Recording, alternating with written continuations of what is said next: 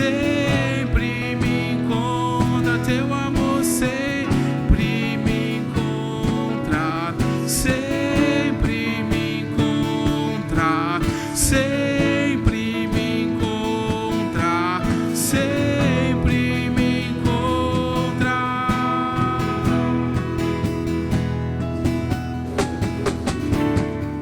Seja exaltado,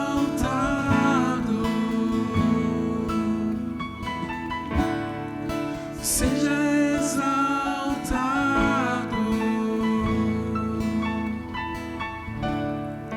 seja exaltado, exaltado.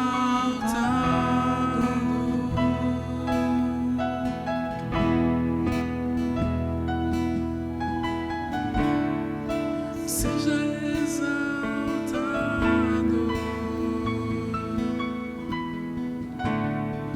seja exaltado,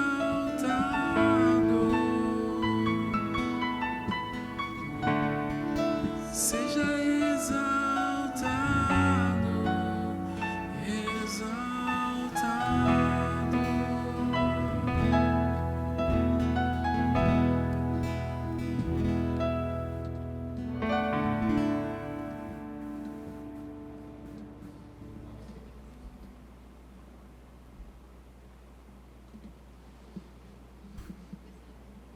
Boa noite, a graça e a paz a toda a igreja, amém? Bom, se o conselho fosse bom, diz o ditado, a gente não dava, né? A gente vendia. Mas hoje eu gostaria de dar...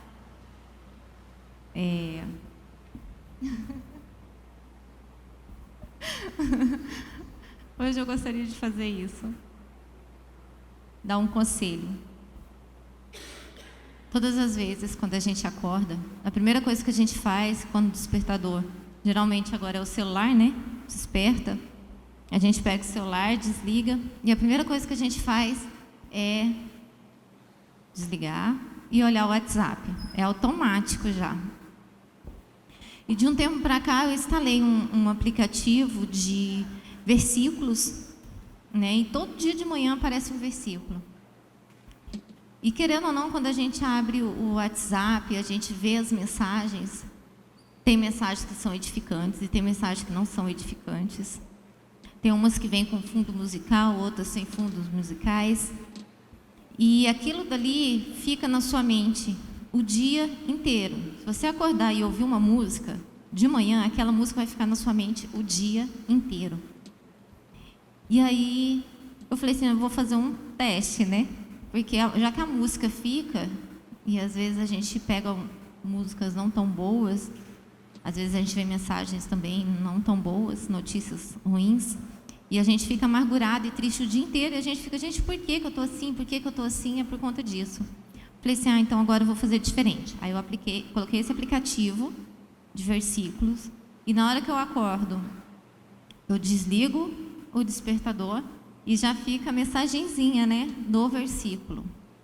Hoje o versículo foi em Jeremias 29:13. E buscarei-me-eis e me achareis, quando buscardes com todo o vosso coração. E isso foi a mais pura verdade. Quando a gente acorda, a gente não tem que buscar rede social, a gente não tem que buscar notícias, a gente não tem que ficar preocupado com outras coisas. A primeira coisa que a gente tem que fazer é buscar a Deus em primeiro lugar, como diz a palavra dele. E é um dia tranquilo, você vai ter, com certeza, obstáculos, vai tropeçar, mas é um dia diferente, é um dia onde Deus realmente fortalece. Então, fica a dica para vocês, façam esse teste para ver se realmente vai funcionar. Primeiro, procure a Deus, tenha um tempo com Ele, sabe? Leia a Bíblia, tem uma hora de oração. Às vezes a gente fala uma hora de oração, fala assim, não, gente, o que eu vou orar, fazer em uma hora? O que eu vou orar? Tanta coisa. Você não precisa passar uma hora na oração, mas uma hora na presença de Deus, sabe? Escuta um louvor, mas sem fazer nada, sem celular. Escuta o louvor, presta atenção na melodia, em cada palavra que é dita. Lê a palavra de Deus, porque ali você já relaxou durante o louvor. Lê a palavra de Deus, que Deus vai falar com você. E ore. Coloca ali, sabe, nos pés dele, todas as suas angústias, todas as suas dores, todas as suas preocupações, todas as suas alegrias. Agradeça pelo dia que você está tendo. Então, que essa noite nós possamos buscar Ele de todo o coração, como diz a palavra, para que nós possamos ter uma noite, ter um dia amanhã abençoado. Amém? Gostaria que vocês se colocassem de pé para a gente fazer uma oração. Paizinho querido, obrigada, Senhor, por esse momento. Obrigada pela Tua palavra, pela Tua presença, Senhor, nesse local, na nossa vida, por todo o livramento que o Senhor nos deu durante esse dia. Que o Senhor venha, Pai, nos trazer paz, nos dar paz, para que nós possamos ter um coração grato a Ti, um coração, Pai, essa noite preparado para receber a Tua palavra, Pai. Obrigada, Senhor, por cada momento e por cada palavra, por cada louvor que vai acontecer aqui, Pai. Que o Senhor esteja à frente, cuidando, Pai, de cada momento. Essa é a nossa oração em nome do Senhor Jesus. Amém.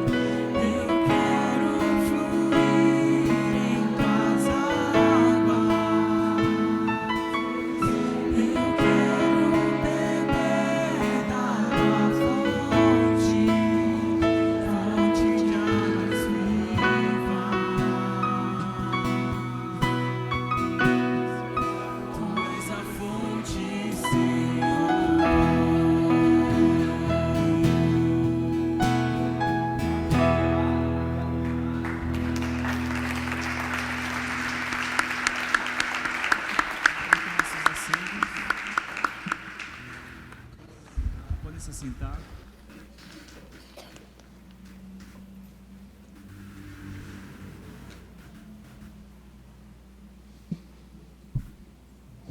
Gostaria de chamar as crianças para a gente orar por elas.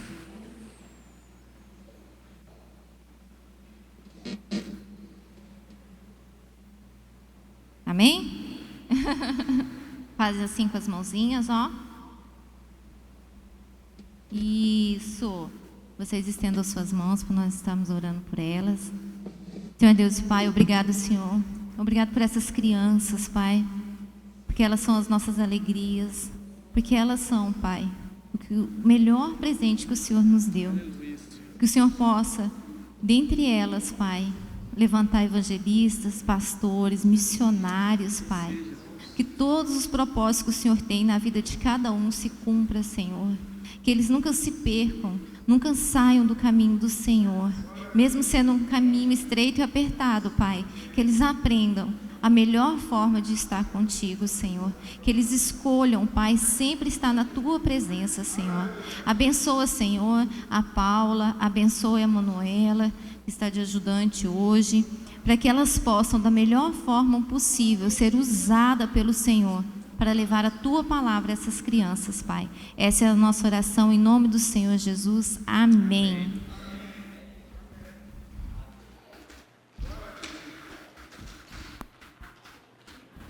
Amém. Olha aí a alegria de ir para a salinha, tá vendo? O nosso coração tem que ser grato a Deus diariamente por tudo que Ele faz nas nossas vidas, por cada oportunidade que Ele nos dá. Deus, Ele não quer o nosso dinheiro, porque Deus não precisa de dinheiro. Ele já é dono de tudo, inclusive da nossa vida. Às vezes a gente acha que a gente tem um poder sobre a nossa vida ainda, né? Nós não temos. É dele. Nós somos obra dele, filhos dele. Na palavra de Deus, em Mateus 5:24, diz: deixe sua oferta ali, diante do altar, e vá primeiro reconciliar-se com seu irmão. Depois volte e apresente a sua oferta. Então Deus não quer dinheiro. Deus quer o seu coração. Não adianta você vir aqui e colocar a sua oferta, colocar o seu dízimo, e o seu coração está machucado com o seu irmão. Porque Deus não quer o dinheiro, Ele quer o seu coração. Ele está vendo que o seu coração está machucado, que o coração do seu irmão está machucado. Então Ele quer que primeiro você vá lá, se reconcilie com Ele, e depois dê a sua oferta. E nós temos muito. Quanto mais a gente ofertar, ainda é pouco, né? Por tudo que a gente tem. Porque nunca nos falta nada. Nunca nos falta nada. Tudo, a todo momento, Deus está cuidando de nós. Ontem nós passamos por uma situação que eu vi a mão de Deus ali. Na minha rua, acho que a maioria que conhece a minha rua, é uma rua movimentada. Do lado da minha casa é um ponto de ônibus, então é bem movimentada. E à noite sempre passa andarilho lá, sempre para, sempre chama. E ontem nós tivemos uma apresentação na sede, né, de um teatro, e a gente saiu 6:45 de casa. O Márcio foi na frente e eu saí 6:45, um pouquinho mais tarde. E fui para o culto, normal. Deu umas 10:30, acabou o culto, ainda fiquei conversando, né? Aí o Márcio, vamos sair? Vamos sair. E aí, no meio do caminho, recebi um WhatsApp de uma pessoa estranha, que eu não conheço, não tenho contato. E falou assim, olha, eu estou tentando entrar em contato com o seu marido, não estou conseguindo. E achei melhor te mandar mensagem. E me mandou uma foto. A foto era o meu portão da minha casa, o meu portão arreganhado. E eu falei assim, aí ele falou, seu portão está aberto.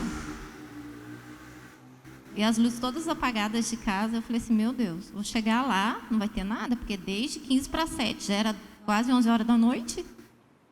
E eu falei assim, nossa, tem como você ir lá ver se está tudo bem? Ele, não, eu vou. Ele é da guarda municipal. E aí eu dirigindo e ele mandando mensagem, né? A Manuela e a Camila olhando. E aí mandou foto, olha, tá tudo fechado. Parece que tá tudo bem. E eu vim chutada, né? Aí cheguei em casa e falei para Camila, corre, vai ver lá fora, dá uma olhada lá fora, que eu já vou entrar dentro de casa, vamos olhar. E a gente desceu de carro, né? Desceu do carro rapidão, todo mundo correndo para um canto. Por incrível que pareça, a casa estava trancada, não pegaram nada, não entrou ninguém. E eu falei assim, Deus, muito obrigada.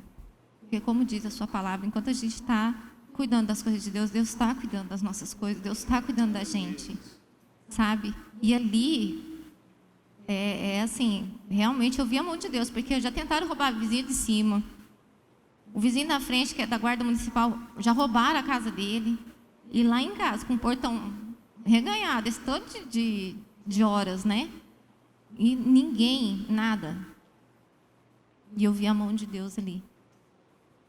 Então vale a pena, gente, a gente ser fiel, a gente procurar a Deus, a gente estar na presença de Deus, sabe? A gente servir, e não é servir por obrigação, é servir com alegria no coração.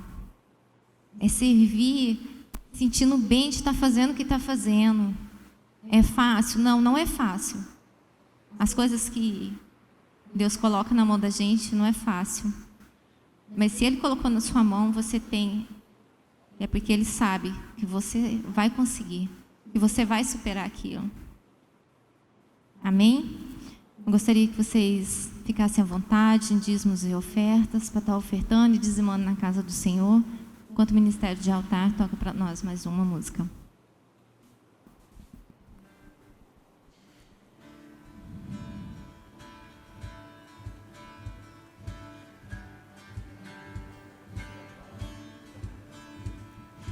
Vem,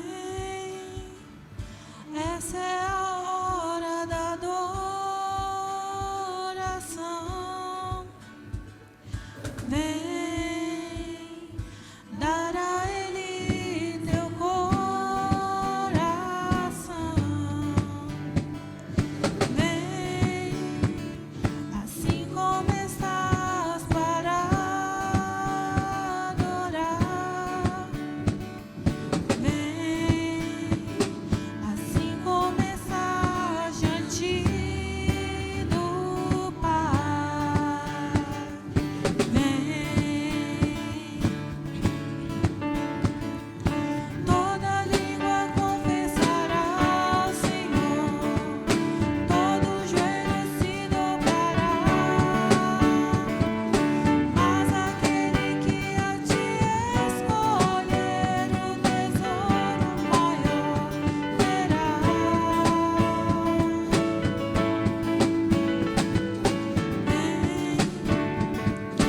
Essa é a hora da adoração.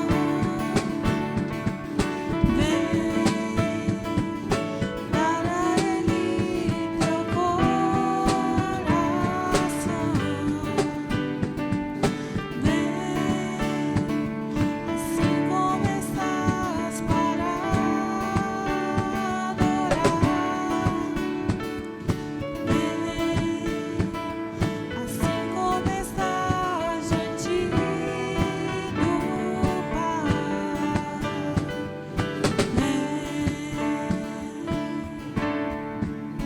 Amém. Gostaria que vocês curvassem a cabeça, para que nós pudéssemos orar pelos dízimos e ofertas. Pai, obrigada, Senhor, mais uma vez, Pai, por estar nos suprindo, por estar cuidando de nós, por estar nos livrando, Pai. Obrigada, Senhor, pelo nosso trabalho.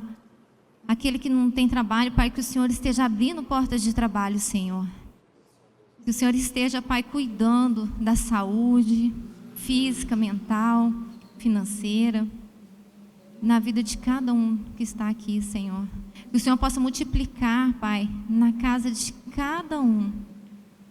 Que o Senhor possa, Senhor, estar cuidando da sua família, cuidando do seu trabalho, cuidando, Senhor, de cada detalhe diariamente, Pai. Muito obrigado por estar nos abençoando, nos guardando e nos livrando de todo mal. Amém. Gostaria de chamar Rosane Carvalho na mensagem de hoje. Que vocês preparem um coração para estar recebendo uma palavra abençoada de Deus. Amém?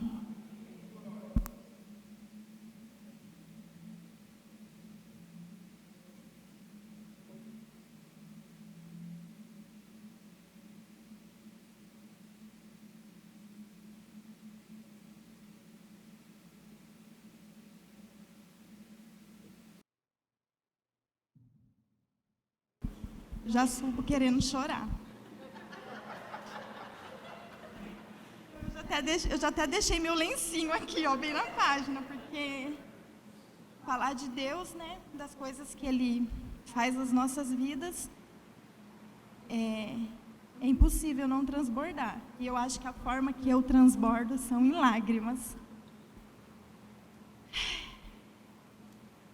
Aí eu estava ali nervosa, mão gelada. Aí o meu filho, para me acalmar, ficava contando quantas pessoas chegavam na igreja. Mãe, tem 10. Mãe, tem 12. Eu, para. Aí ele viu que eu comecei a ficar nervosa, daí ele falou: pensa que hoje você vai abençoar a vida de tantas pessoas. Eu falei: ai, João. Mas é isso. Essa palavra, não sou muito boa em colocar tema. Não sei se o tema seria bem esse, né? Mas é uma palavra que Deus me deu em 2020. E eu fui anotando várias coisas. E quando o pastor pediu para trazer a palavra, eu já sabia que ia ser ela. Só que quando eu comecei a ler todas as minhas anotações, não casava com o dia de hoje, porque foi uma palavra que o Senhor me deu em 2020. E aí eu fui lendo, fui estudando, fui pegando todas as minhas anotações, né, para montar o meu novo esboço. Mas, de uma certa forma, ainda fala muita coisa da época de 2020, por isso que fala que a palavra ela se renova todos os dias, e realmente isso é real. 1 Reis 19. Amém?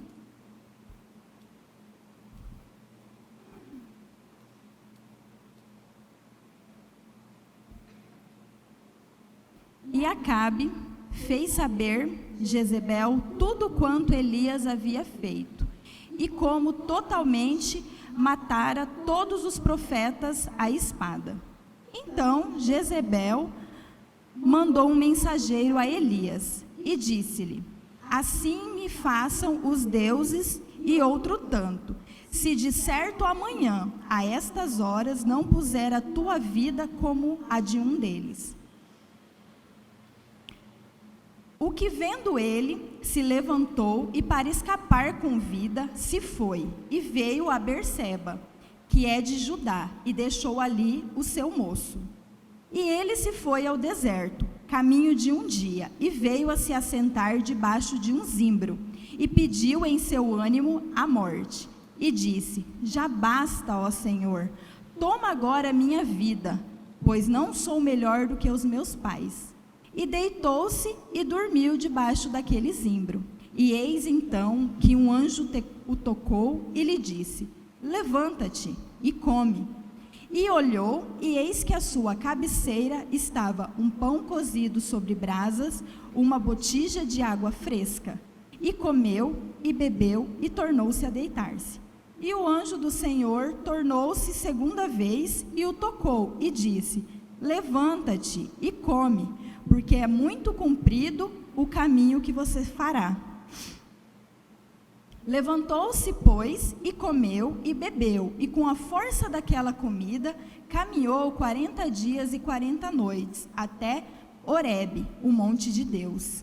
E ali entrou numa caverna, e passou ali a noite. E eis que a palavra do Senhor veio a ele, e lhe disse: que fazes aqui, Elias? E ele disse: tenho sido muito zeloso pelo Senhor, Deus dos exércitos, porque os filhos de Israel deixaram o teu concerto, derribaram os teus altares e mataram os profetas à espada. E eu fiquei só, e buscam a minha vida para tirarem.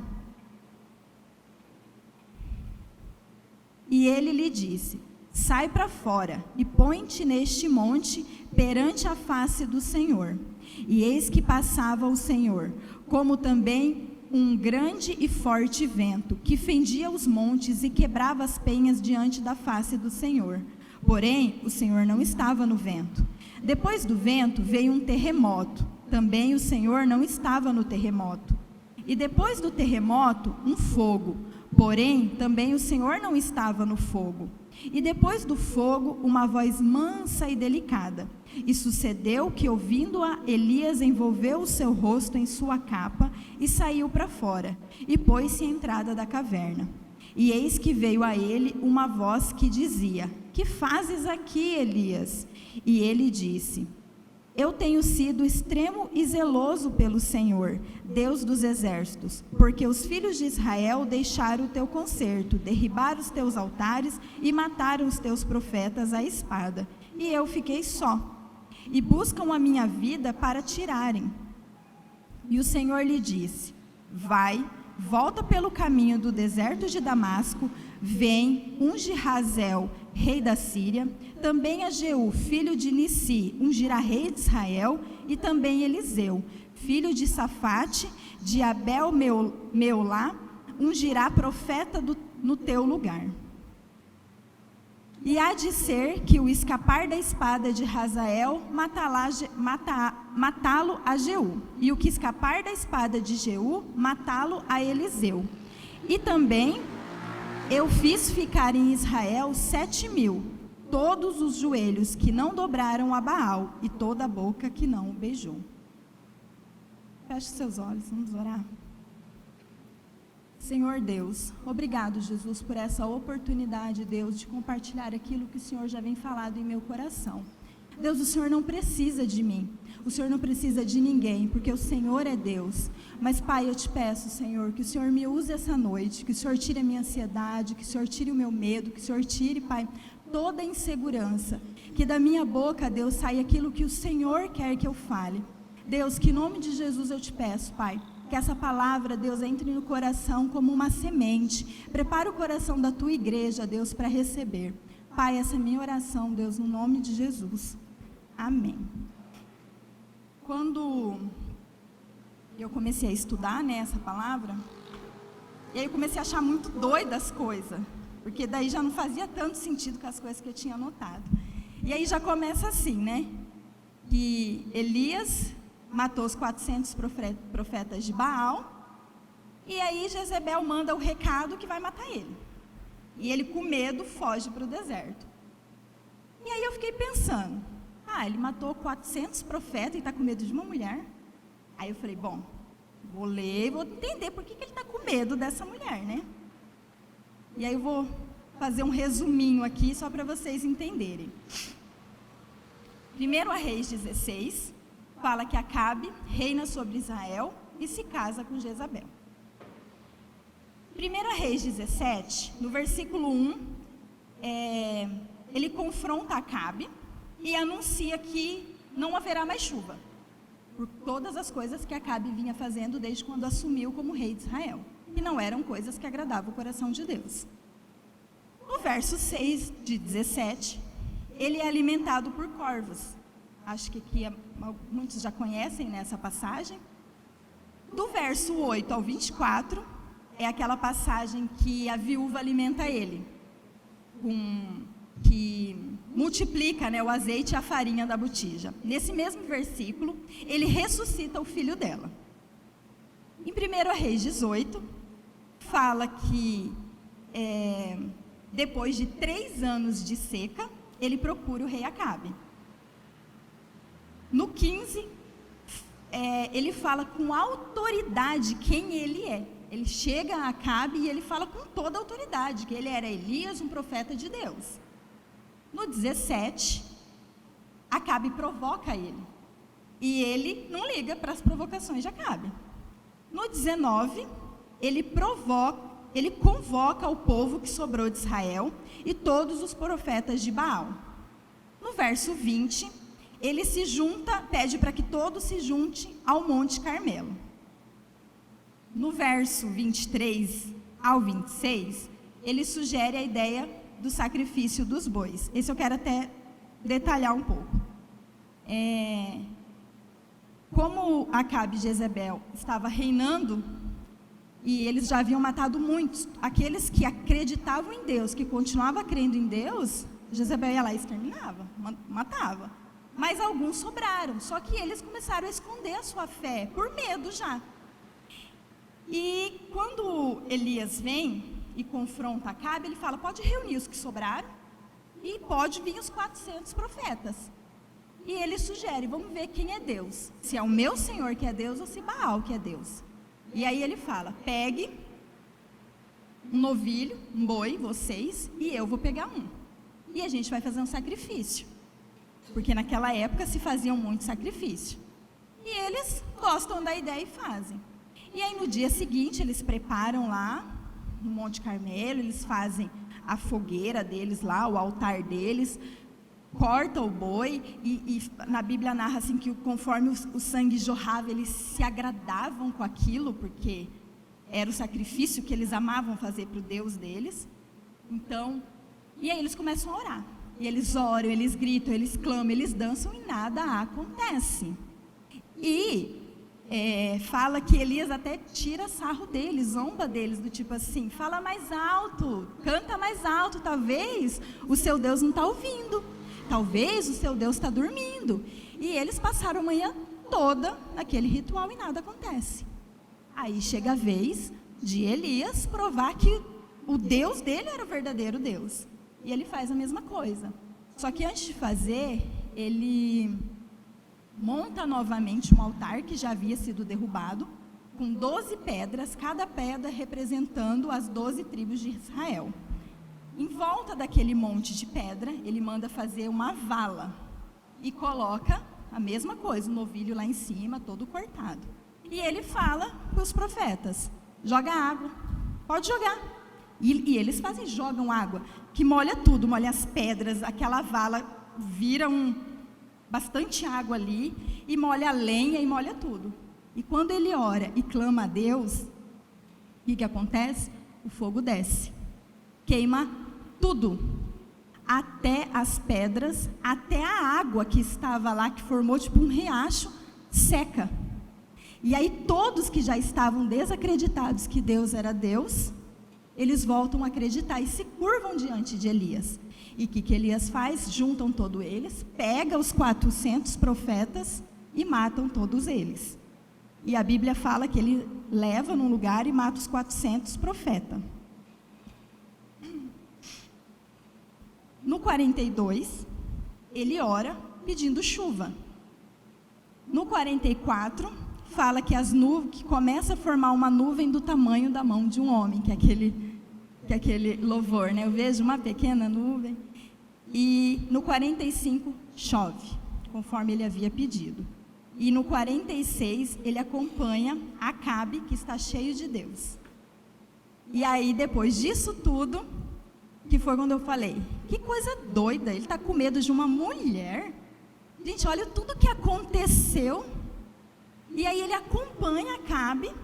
Quando Acabe conta para Jezebel o que aconteceu, ela fala, vou mandar matar ele.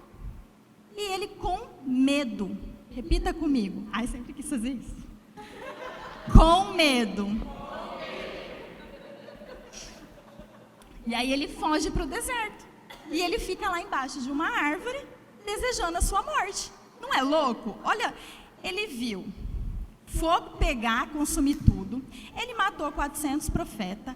Ele ressuscitou o filho da viúva. Ele fez, ele não, né? Deus através da vida dele. Mas tipo, olha o tanto de coisa que ele fez.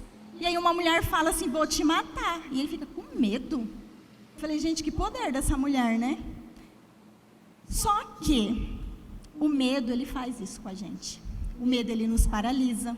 Ele nos mata por dentro. ele faz a gente perder a nossa fé. Ele nos impede de ver o que Deus faz, de que Deus fez e o que Deus pode fazer. E foi exatamente o que aconteceu com Elias. Vou beber água, que minha boca está seca já. Olha a água tremendo.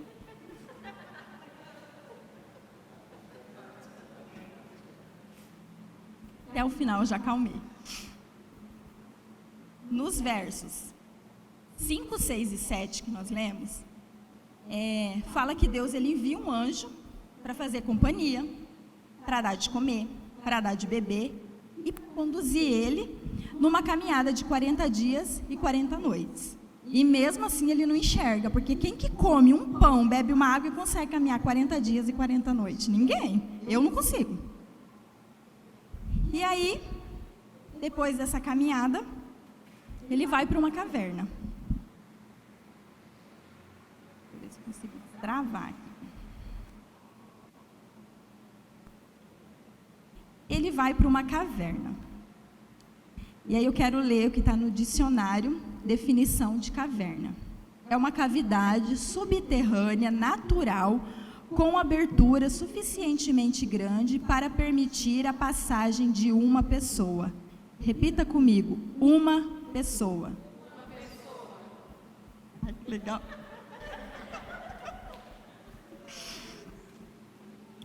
O que isso significa?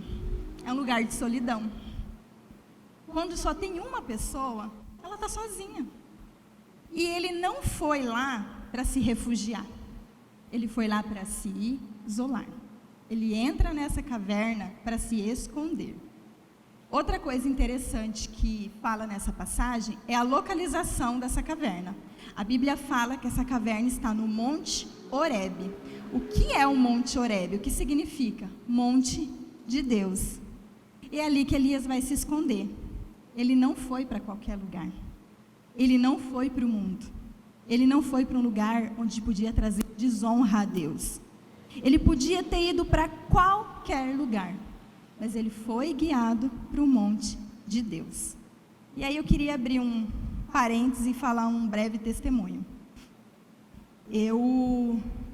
Vou falar eu, porque vou falar de mim, né? Mas eu, minha família, né? Eu vim para a SEAC em 2017. Eu congregava numa outra igreja. E eu estava extremamente frustrada, desanimada, desacreditada, o casamento destruído. E eu não via mais nada de Deus naquele lugar para mim. Não que não tinha presença de Deus, mas para mim não dava mais. E eu orei, busquei, e a gente foi fazer uma visita na Aliança Cristã, e Deus falou com a gente viu que lá era o nosso lugar. E viemos para a Aliança Cristã. A gente veio em agosto de 2017. A minha vida fez um boom, assim, ó, 360 graus quando a gente veio. Uma coisa que eu sempre ouvi é assim, cuidado com o que você pede para Deus, e é real, porque eu orava lá e reclamava, não faço nada nessa igreja, essa igreja não tem nada, essa igreja não sei o quê. E até hoje, a gente não tem tempo para nada, né, pastor? Sobra um final de semana, e eu não posso reclamar, porque eu pedia isso lá atrás. E aí a gente veio para a Aliança Cristã, uma semana depois a gente já estava fazendo curso de casados, a gente já começou a fazer crawl, e a gente foi se envolvendo e entrando no ministério, e a gente virou obreiro, começamos a servir no ministério infantil, Wesley no altar, e as coisas acontecendo assim muito rápido. E a gente começou a ser discipulado, e a igreja onde a gente congregava não tinha o discipulado. E para mim, assim, o discipulado, eu não tinha muita ideia do que era, para mim eu ia como se fosse uma terapia. Sentava lá, eu falava. E a gente caminhava com um casal, que assim, a gente chegou, eu não sei se era porque era uma novidade, eu não sei, mas assim, a gente se identificou muito com eles de cara. E assim, a gente começou a ver as coisas acontecer, e muito gostoso aquilo acontecendo, e a gente vendo, a gente servindo, e caminhando com eles, e mil maravilhas. 1 ano e pouco depois, eles são enviados para outra cidade, para outro estado. E de cara a gente não quis caminhar com outro casal, a gente ficou sem discipuladores. Às vezes ligava, fazia por telefone, mas não é a mesma coisa. E começamos a ficar só. né? E aí eu me vi dentro de uma caverna. Esse período que eles foram embora, eu me vi perdida. Eu me vi exatamente dentro de uma caverna. Por quê? Porque dentro da caverna, a gente fica com os nossos pensamentos automáticos. Nós esquecemos o que Deus fez nas nossas vidas e o que Ele vai fazer. A gente não enxerga, a gente não consegue enxergar. E realmente isso aconteceu comigo. Eu fiquei lá dentro dessa caverna por um bom tempo.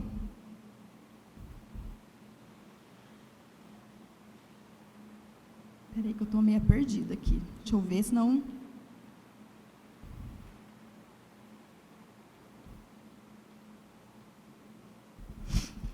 E por que eu fui para essa caverna?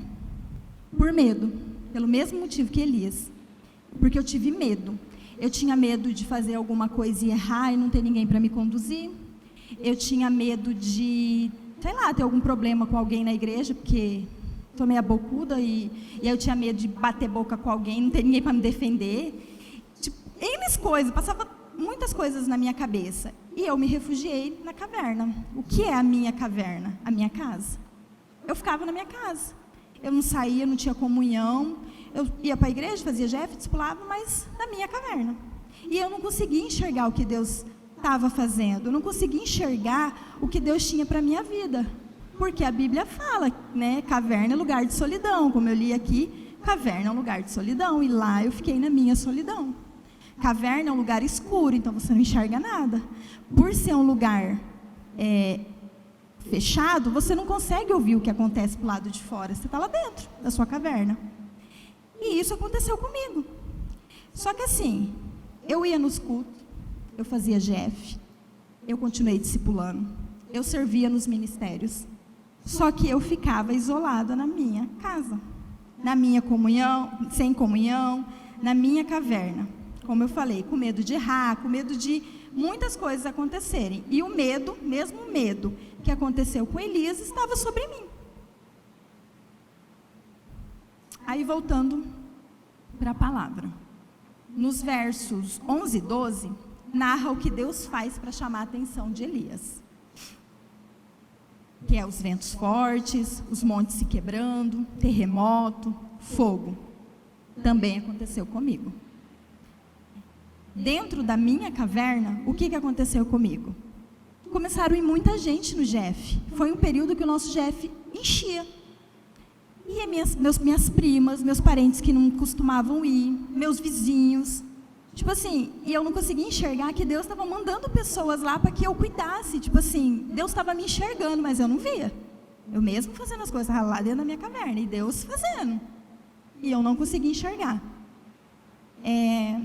O apóstolo, nessa época, ele ainda não tinha o costume de mandar a mensagenzinha que ele manda agora, porque ele começou a fazer esse negócio da mensagem depois da pandemia, né, na época da pandemia.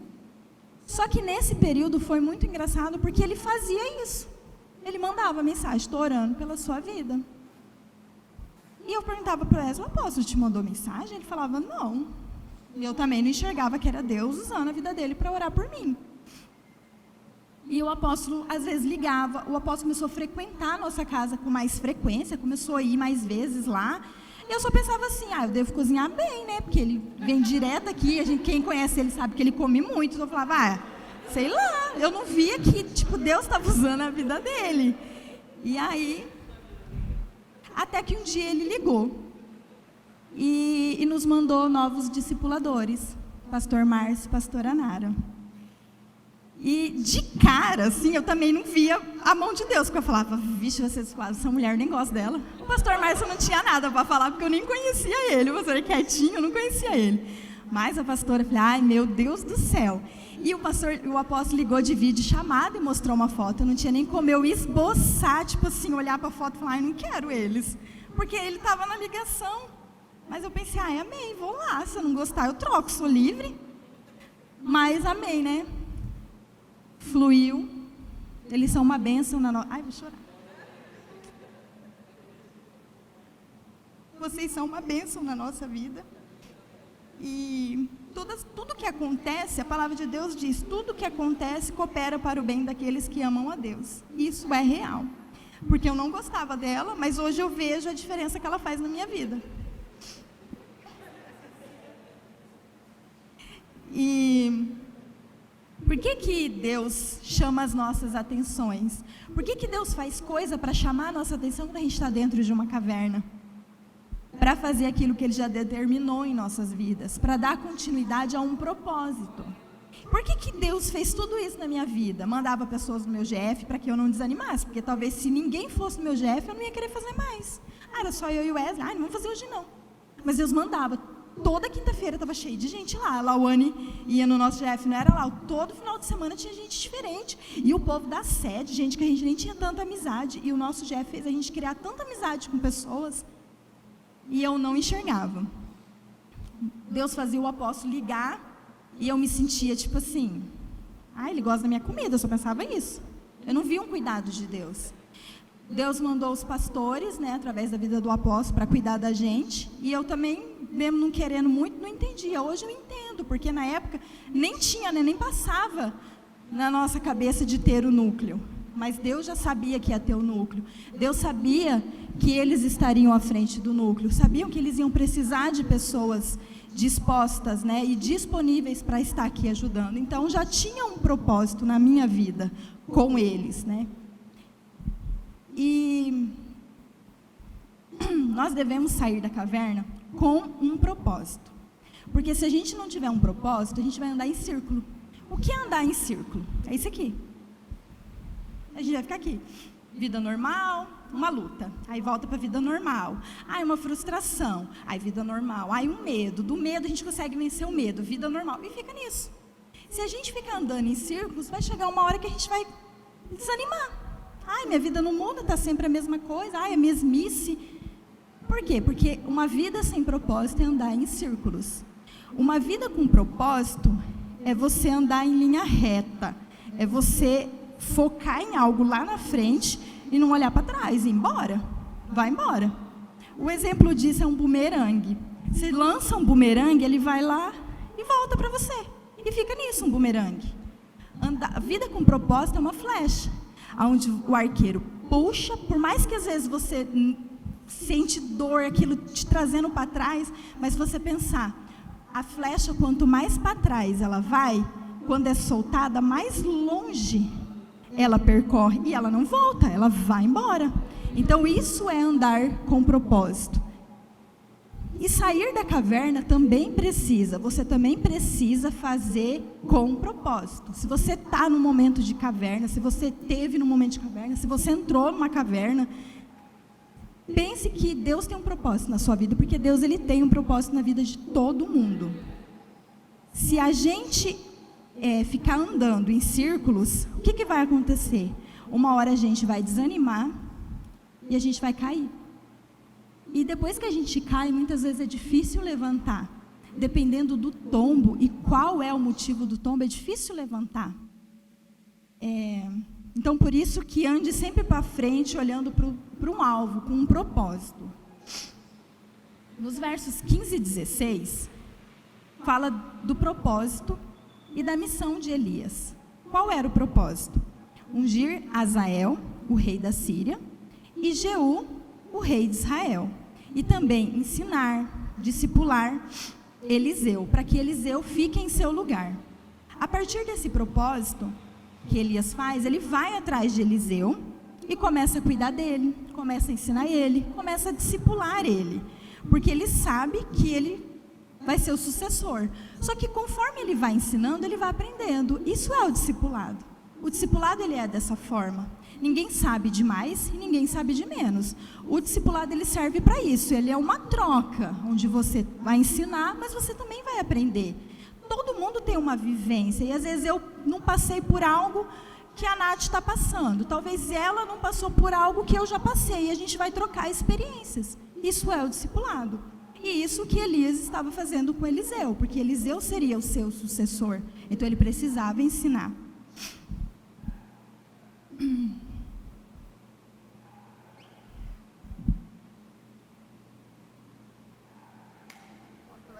Vai ficar lindo esse vídeo. Eu chorando em Panay. Sabe uma coisa que é muito ruim? é quando alguém se esconde aqui. É quando aqui vira uma caverna. Porque a igreja, ela também pode ser a caverna de alguém. E isso é a pior coisa que pode acontecer. Porque na sua casa, você, por exemplo, se a gente falta no culto, a pastora já manda mensagem, está tudo bem? Aí você fala, tá. Você falta o segundo culto, ela vai ligar. No primeiro ela mandou uma mensagem, no segundo ela vai ligar. Você faltar 3 vezes, ela vai na sua casa. Então não tem como você se esconder. Você até tenta. Aqui não. Aqui você se esconde. Aqui é perigoso. Essa caverna aqui, ela é perigosa. Por quê? Porque quando você está aqui, vindo nos cultos, às vezes liderando, às vezes servindo nos ministérios, ajudando. É natural, quando você está aqui, as pessoas te enxergarem, as pessoas te verem. E muitas vezes elas não podem ver você fazendo algo e nem imaginar que você está passando por algum problema. Porque a pessoa olha e fala, o Wesley está todo culto ali no altar, mas às vezes ele está com problema lá em casa. E ninguém sabe.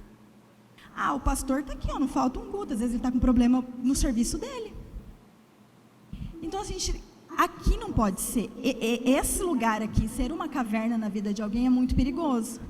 Por quê? Porque é natural a pessoa ela fugir da presença de Deus, como Elias fez, ele foge, né? Ele foge para o Monte Horebe, o monte de Deus. Às vezes a gente foge para cá. Só que nem sempre Deus, ele vai chamar a nossa atenção dessa forma. Por quê? Porque às vezes a gente não quer. E Deus, ele não é inconveniente. Ele só vai fazer aquilo que a gente dá permissão. E às vezes a gente está aqui dentro, se escondendo dentro da nossa caverna e não dá permissão para Deus agir. Não dá permissão para ser cuidado pelo Senhor. Porque aqui dentro, ninguém imagina que você está perdido. Aqui dentro, ninguém questiona se você está ou não na vontade de Deus. Se você está fazendo a vontade de Deus ou não. Às vezes a gente olha e fala, o irmão está indo. A irmã está indo todo culto, está uma bênção. Não falta uma escala, está uma bênção. Não passa na nossa cabeça isso. E o que eu queria dizer, já para finalizar, achei que até fui rápido. Se em algum momento você se sentiu dentro de uma caverna, Deus está dizendo para você, saia. Qual caverna que Deus fala para você sair? Talvez a caverna do medo, caverna do egoísmo, da decepção, do desânimo, da falta de perdão. Rosane, mas como que eu vou sair de dentro dessa caverna? Porque Deus não mandou o apóstolo comer na minha casa, sei lá, meu discipulado está indo bem, mas ainda não me sinto confortável de falar. Eu não tenho GF, não vou no GF, como que Deus vai falar, né? Deus, ele fala. Só que dentro da caverna, é igual aconteceu, terremoto, fogo, tudo, ele não estava vindo. E Deus, ele não estava, a Bíblia fala que Deus não estava no vento, no terremoto. Estava quando ele saiu e ouviu um sussurro. Deus, ele está nos sussurros. Saia de dentro da caverna. Se permita sair de dentro da caverna, para que você possa ouvir o sussurro de Deus, para que você possa ouvir o que Deus tem para a sua vida. Como que você vai sair de lá com um propósito? Invista em alguém, ensine alguém, cuide de alguém, construa vida na vida de alguém, seja bênção na vida de alguém. Para você descobrir o que Deus quer na sua vida, faça algo para Deus. Não sei qual é o meu propósito, não sei qual que é o meu chamado, não sei o que Deus quer fazer na minha vida. Às vezes a gente realmente não vai saber, sentado no banco, sem fazer nada. Às vezes a gente vai descobrir quando a gente levanta e faz algo. Quando a gente se posiciona e começa a servir. Ministério infantil não é para mim, mas eu vou ver. Pastora, eu posso ficar um dia lá? Gostei. Cara, legal, vou ficar mais um dia. Não gostei, não é para mim. No outro dia, Cleito, posso ajudar você aqui na mídia? Me ensina aí. Cara, gostei disso aqui, é legal. Você pode me ensinar que eu quero entrar para o ministério? Porque as pessoas que estão aqui, não é um exemplo, sabe? Às vezes as pessoas só vê aqui, só vê o altar. Porque eu sei tocar, porque eu sei cantar, porque eu sei fazer isso, porque eu sei fazer aquilo. E às vezes nem é o que Deus tem para a sua vida. Estar em cima do altar é uma responsabilidade muito grande, seja em qualquer função que seja. Eu creio que até para você vir limpar o altar, você não pode vir de qualquer jeito, subir sujo, com as suas sandálias sujas? Como quando Deus aparece para Moisés, ele fala: tire as suas sandálias que esse lugar é santo. Você vai subir no altar de qualquer jeito? Então assim, às vezes as pessoas só enxergam isso, mas tem tantas outras coisas para fazer. Domingo a pastora chama às vezes o pessoal para me ajudar a limpar, ninguém vem. Eu posso falar que nem eu venho. Vim domingo agora aqui, uma raridade, eu não venho. E às vezes eles vêm sozinhos limpar a igreja e não vem ninguém aqui. Gente, lavar o banheiro é bênção também, Deus também fala lá lavando o banheiro, sabe? Então assim, quando a gente faz algo para Deus, quando a gente está trabalhando, fazendo algo para Deus, a gente vai descobrir o que Deus quer para a gente. Porque a gente começa a fazer algo, e até que a gente começa a fazer algo assim, desanimado. A gente faz uma, duas, até que faz, cara, eu gostei disso aqui, gostei de tirar foto, eu gostei de dar um abraço lá na recepção. E aí você vai falar, cara, é legal isso, quero de novo, quero de novo, quero de novo. Quando você vê, você já é um membro da igreja, você já é daquele ministério. E Deus começa a trabalhar na sua vida. E como que você volta para a caverna desse jeito? Porque você vai olhar e vai falar, não, tem alguém que precisa de mim ali fora, eu não vou voltar não. Lá dentro eu não faço nada, lá dentro eu não estou fazendo nada, estou só escondidinha lá. E às vezes também você pode pensar, eu não estou preparado, eu não sei, mas eu vou te falar um negócio, Deus ele é especialista em trabalhar em pessoas imperfeitas.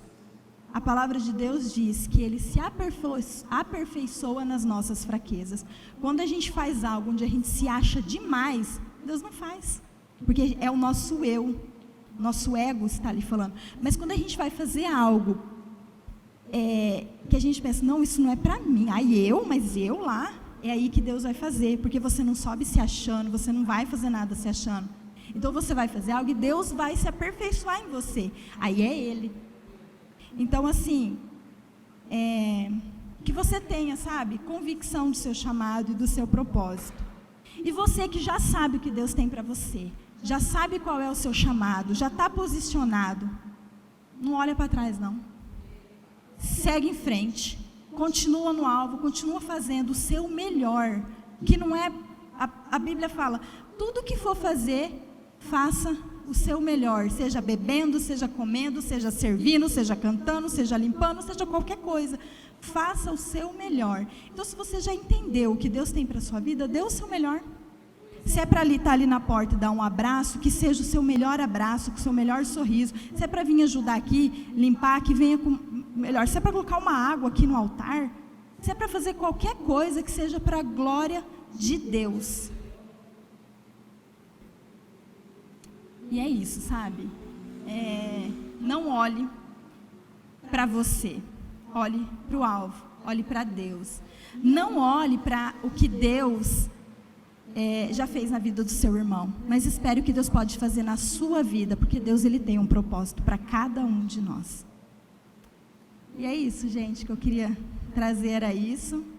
Espero que eu tenha abençoado a vida de vocês.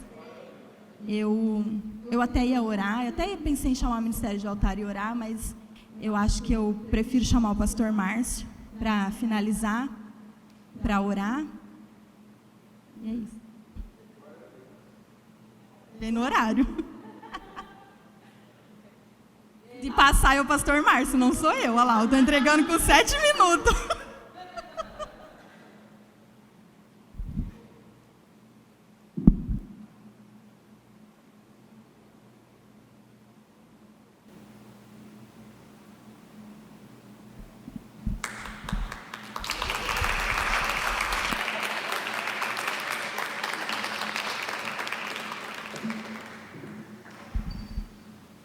Amados, Deus ele sempre nos surpreende.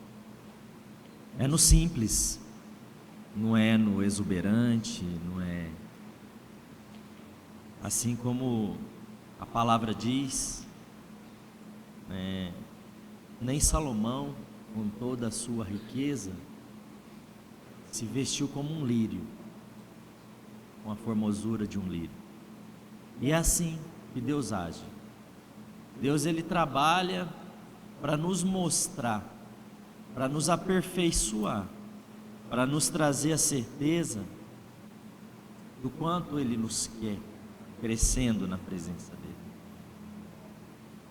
E eu convido a amada igreja a se colocar de pé para a gente orar. Porque assim como foi ministrado,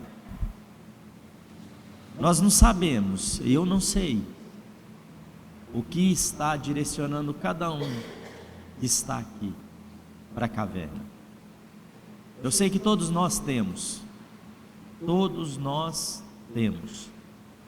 medos, preocupações, anseios, buscas por posições melhores, lugares melhores, um trabalho melhor, ganhar mais dinheiro às vezes dar algo melhor para os nossos filhos, às vezes ter uma casa melhor, um carro melhor, e às vezes isso acaba sendo Jezabel para nós.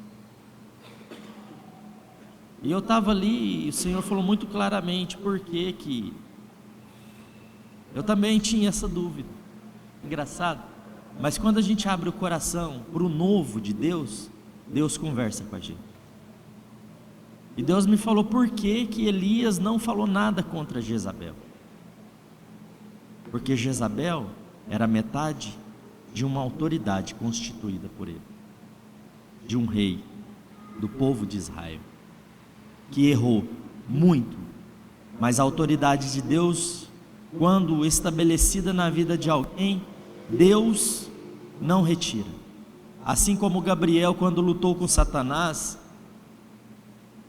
ele disse a Satanás, não falou nada de mal contra Satanás, ele falou: o Senhor te repreenda.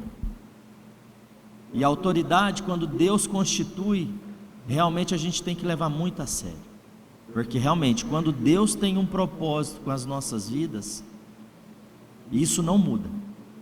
O propósito dele é aquele, mas nós podemos afastar o propósito de Deus das nossas vidas, quando a gente entra na caverna e a gente não sai. Então, amados, voltando de novo, eu não sei de verdade o que é Jezabel, mas hoje é um espírito que tenta parar a igreja do Senhor. E quem é a igreja do Senhor hoje? Somos nós. Então, eu estou aqui já desci, porque eu tenho as minhas Jezabels. Estava ouvindo Rosane, obrigado mesmo, ministrando aqui. E não é porque a gente limpa a igreja que a gente não precisa de Deus. Não é porque a gente está o tempo todo envolvido com o ministério. Elias, ele entrou numa caverna por depressão. Ele não precisava, de verdade, desdenhar daqueles que estavam ali. Ele não precisava. E eu também não estou aqui para ministrar de novo, porque a palavra dela já foi suficientemente poderosa para impactar meu coração. Eu não sei como receberam, mas eu estou aqui porque eu quero orar com a igreja.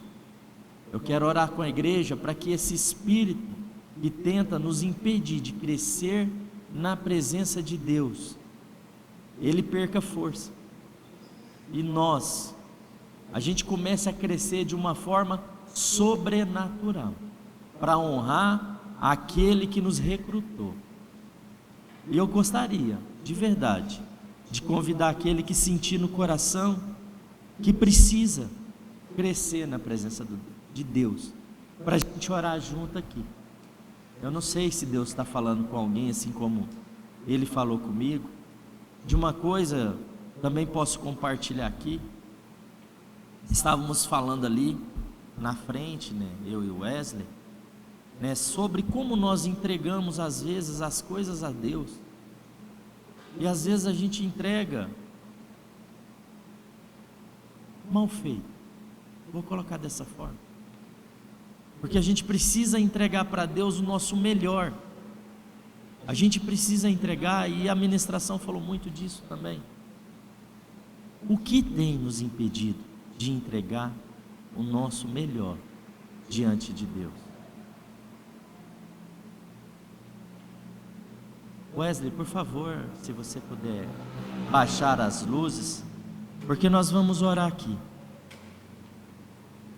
Eu não sei quem virá, eu não sei de verdade como Deus está tratando no coração de cada um de vocês, mas eu quero, em nome de Jesus, orar para que esse espírito que já teve aqui rondando dentro dessa igreja, porque a gente já deu legalidade para ela, esse espírito de Jezabel, para ela tentar nos tirar da presença de Deus. Mas hoje nós vamos orar, e ela não terá essa força mais, porque nós, enquanto filhos, igual a Elias, nós vamos voltar aonde nós precisamos, para mais uma vez, ungir, capacitar aqueles que Deus colocar na nossa vida e na nossa frente. Maravilhoso Deus, estou aqui, Pai, com os olhos vendados, com os olhos fechados, mas com o coração aberto, para orar, para pedir que o Senhor venha com a tua mão forte e poderosa sobre a vida dos meus irmãos, Pai. Eu sei, Pai, que ninguém aqui de nós tem legalidade para acusar nenhum que está aqui, mas nós estamos aqui, Deus, com o coração aberto, na liberdade, na liberalidade do Espírito, para convidar o Senhor a nos fortalecer, Pai, a nos dar a força necessária. Se é um pão diário, se é um corvo nos alimentando, Pai, que o Senhor mande, mas que nós tenhamos a força necessária para voltar, Pai, para nos colocar de pé, ouvir a Tua voz e obedecer aquilo que o Senhor tem falado conosco, Pai. Trabalhe em nosso coração, Pai. Nós queremos, Pai, nós precisamos ser essa igreja que o Senhor tem clamado para que ela se levante, Pai, porque os exércitos do inimigo, eles estão se fortalecendo para batalhar contra nós, mas nós sabemos que através do sangue do Cordeiro e através da nossa posição, nós abriremos os nossos olhos, como o servo de Eliseu, para ver os anjos do Senhor acampando do nosso lado e nos fortalecendo nessa batalha, Pai, porque sabemos, Deus, que pelas nossas forças, assim como Elias, nós podemos sucumbir diante de tanta e tamanha maldade do mundo e de pessoas que estão possuídas por esses espíritos demoníacos, Pai, que têm tentado ceifar a nossa nação. Mas em nome de Jesus, Pai, nós clamamos a Ti, Pai, que o sangue do Cordeiro vertido na cruz do Calvário, essa seja a nossa força, esse seja aquele que nos comprou e nos deu o direcionamento necessário para pegarem espadas que é a Tua palavra, Pai, espadas que é o Teu amor, Pai, para nós batalharmos aquilo que nós precisamos, Pai, porque por mais que as situações sejam difíceis diante de nós, Pai, o Senhor continuará nos amando e esperando que nós abramos a porta para o Senhor entrar dentro do nosso coração, dentro da nossa caverna e nos resgatar de lá. Eu sei que o Senhor aguarda, assim como o Senhor aguardou e chamou a atenção de Elias para que ele saísse. E lá em Apocalipse o Senhor fala também, Jesus, que eis que está à porta e bate, e aquele que levantar e abrir, o Senhor entrará e ceará conosco, Pai.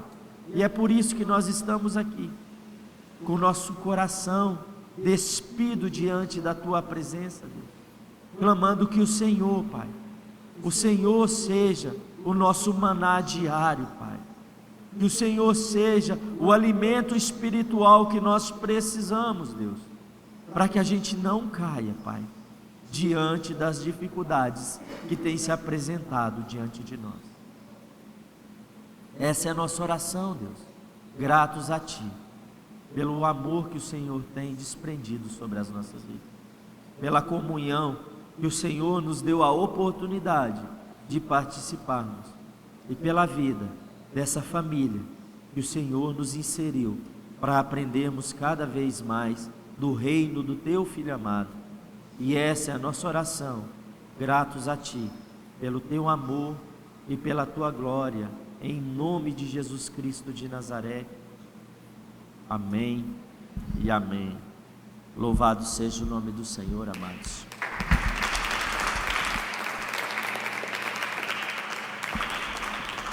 Estendam as vossas mãos, por favor. Que o amor do Pai, a graça do Filho e as doces consolações do Espírito Santo de Deus façam resplandecer a glória de Deus e lhe tragam a graça que é imerecida, mas foi, sim, trazida a nós através de Jesus, para a honra e glória do santo e bendito nome dele. E a igreja do Senhor diz: amém. Amém. Louvado seja Deus.